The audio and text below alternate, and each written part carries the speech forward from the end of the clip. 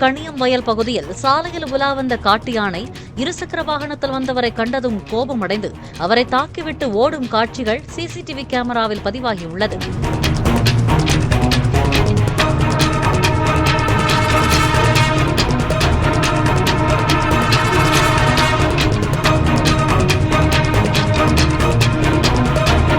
காயமடைந்த இருசக்கர வாகன ஓட்டி மருத்துவமனையில் சிகிச்சைக்காக அனுமதிக்கப்பட்டுள்ளார்.